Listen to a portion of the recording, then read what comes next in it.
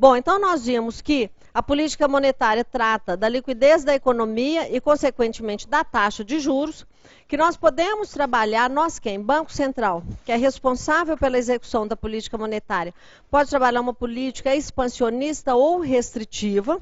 A expansionista pressupõe muita oferta de moeda, muita liquidez, consequentemente, uma taxa de juros baixa. Toda vez que eu tenho redução da taxa de juros, e isso fica mais fácil se a gente acompanhar o nosso cenário atual, o que nós vamos ter?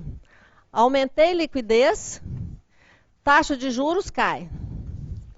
Por que ela cai? Porque a moeda é considerada como um produto. Então, se eu tenho muita oferta de moeda, eu tenho muita liquidez, o preço dessa moeda cai. É a lei da oferta e da demanda.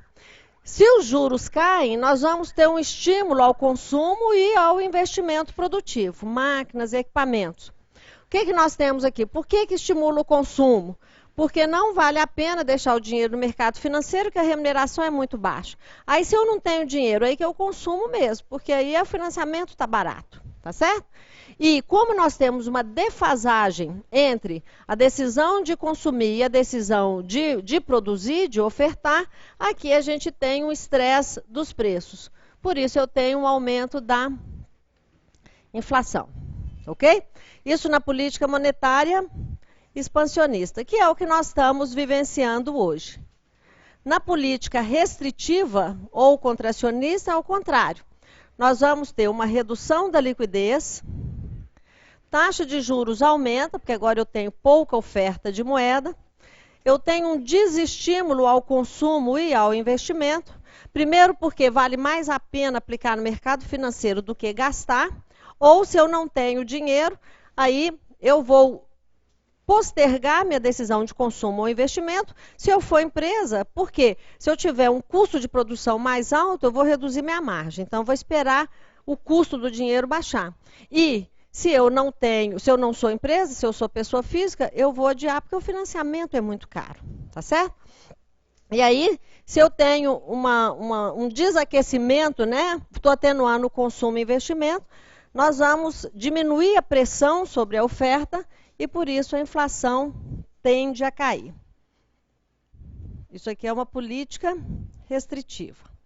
Nós vimos que a política monetária tem como referência, como âncora, o sistema de metas de inflação, que foi criado quando?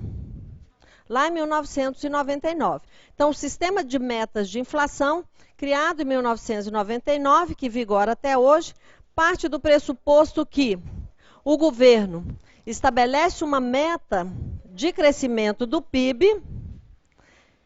Isso é muito interessante porque a nossa expectativa no início do ano é que a gente crescesse 5% o PIB.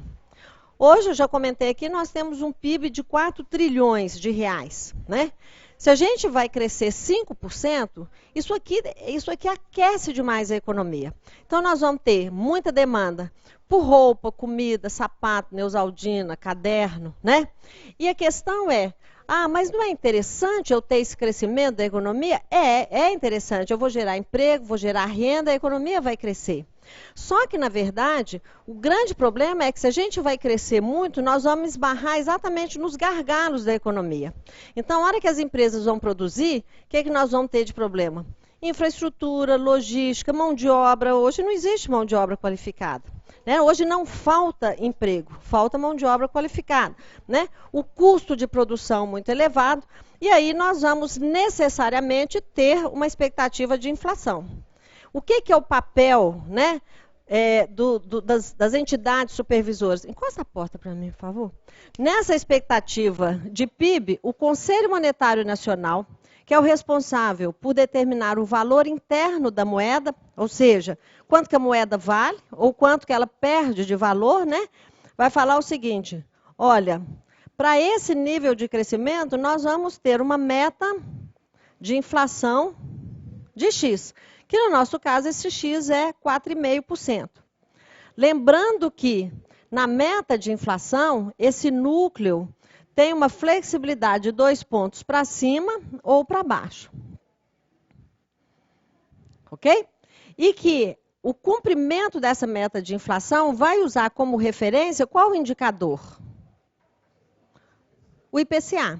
Então, fechando o ano, né, o IPCA não pode ultrapassar ou não deve ultrapassar o 6,5%, que é o teto. O ideal é que ele fique em 4,5%. Então, ele pode ficar no intervalo entre 2,5% e 6,5%, mas esse aqui é o ponto de convergência, tá certo? Se a gente avaliar, nossa inflação acumulada até agora, a inflação de agosto vai ser divulgada essa semana.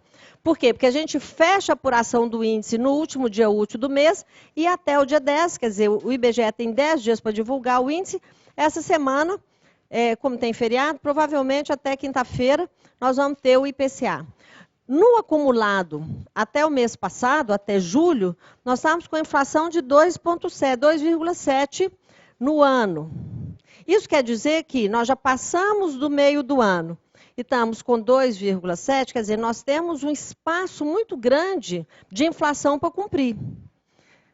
Isso justifica o quê?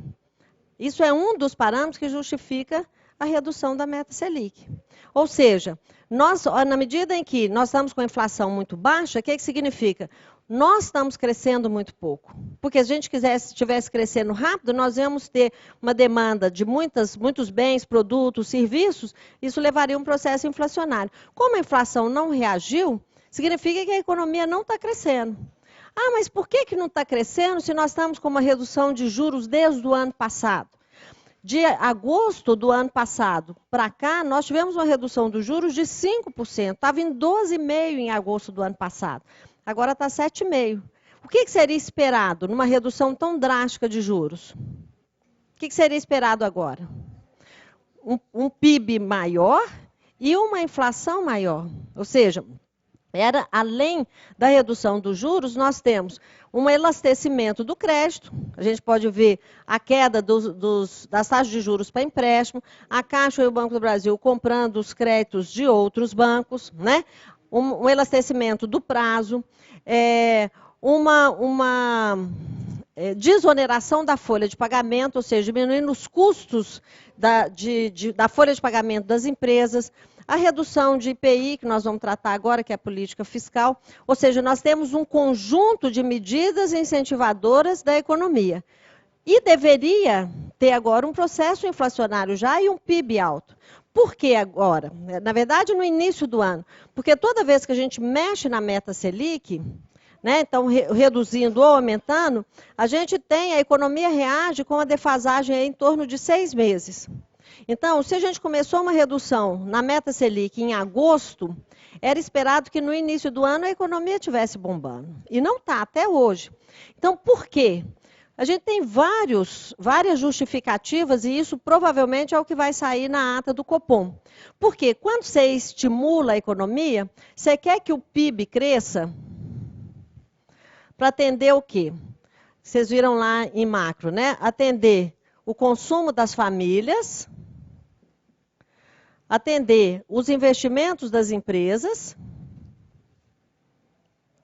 atender os gastos do governo, que aqui entra em ação, e a gente está vendo agora dentro da teoria keynesiana, entra em ação quando o resto da economia não reage, né? E o resto do mundo. Então, a demanda pela nossa produção é composta aqui por esses agentes econômicos. O que nós temos? As famílias tiveram um ganho real de salário e tiveram um crédito muito facilitado. O problema é que esse modelo de crescimento do PIB baseado no crédito, e principalmente da nova classe média, está esgotado. Por que ele está esgotado?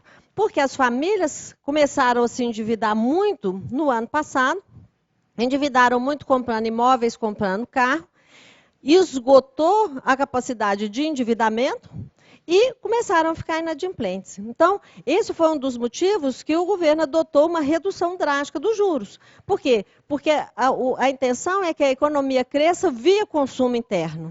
Mas mesmo com a redução dos juros, não reagiu. Não que as famílias não queiram gastar, mas hoje não tem mais capacidade de endividamento.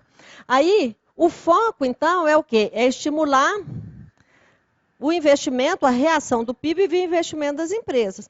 Com toda a desoneração da folha, redução de impostos, as empresas não investiram. Para vocês terem uma ideia, o ideal para que a gente tenha um crescimento sem um processo inflacionário é a gente ter um grande investimento nas empresas, o que é chamado formação bruta de capital fixo. O problema nosso é que, para você ter um PIB potencial elevado, você tem que investir. E esse investimento necessário para você esticar o PIB potencial é em torno de 25% no nosso caso. Nós estávamos com 18% ano passado e agora nós estamos com 14%. Quer dizer, nós estamos desinvestindo. Então, o que isso quer dizer? Quando eu tenho um PIB, vamos supor que o nosso PIB potencial é de 1.000.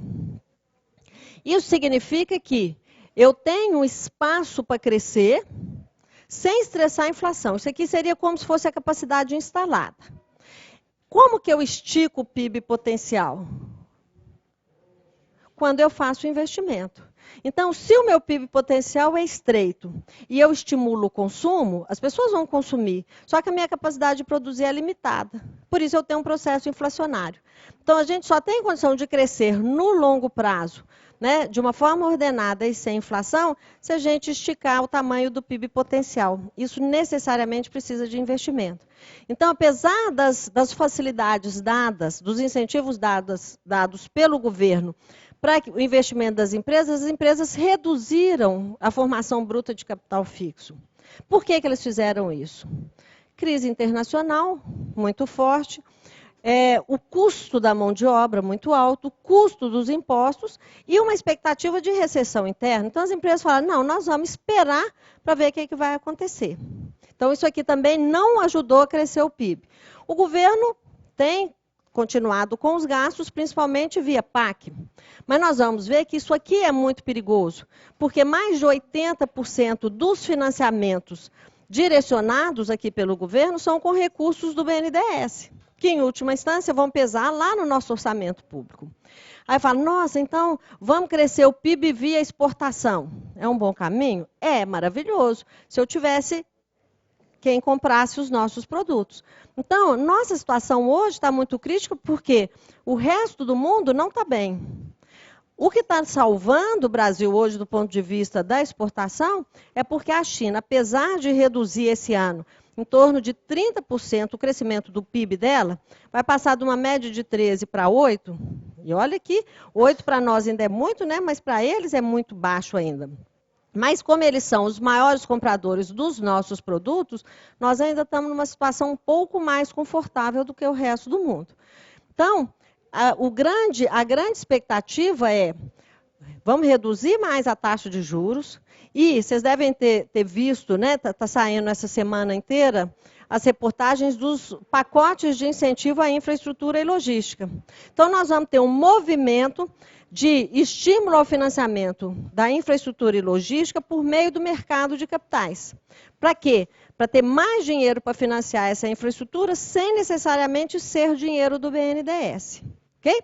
Então, observe o seguinte, nós temos um espaço muito grande ainda para crescer esse ano, por isso a redução da meta Selic essa semana, passando para 7,5%, mas o temor do mercado é que a gente é como se a gente tivesse ali um gigante adormecido, né? E dá-lhe incentivo, dá-lhe incentivo. Se essa economia resolver reagir no ano que vem, é esperado o quê? O que pode acontecer? Uma explosão inflacionária. Esse é o temor do governo.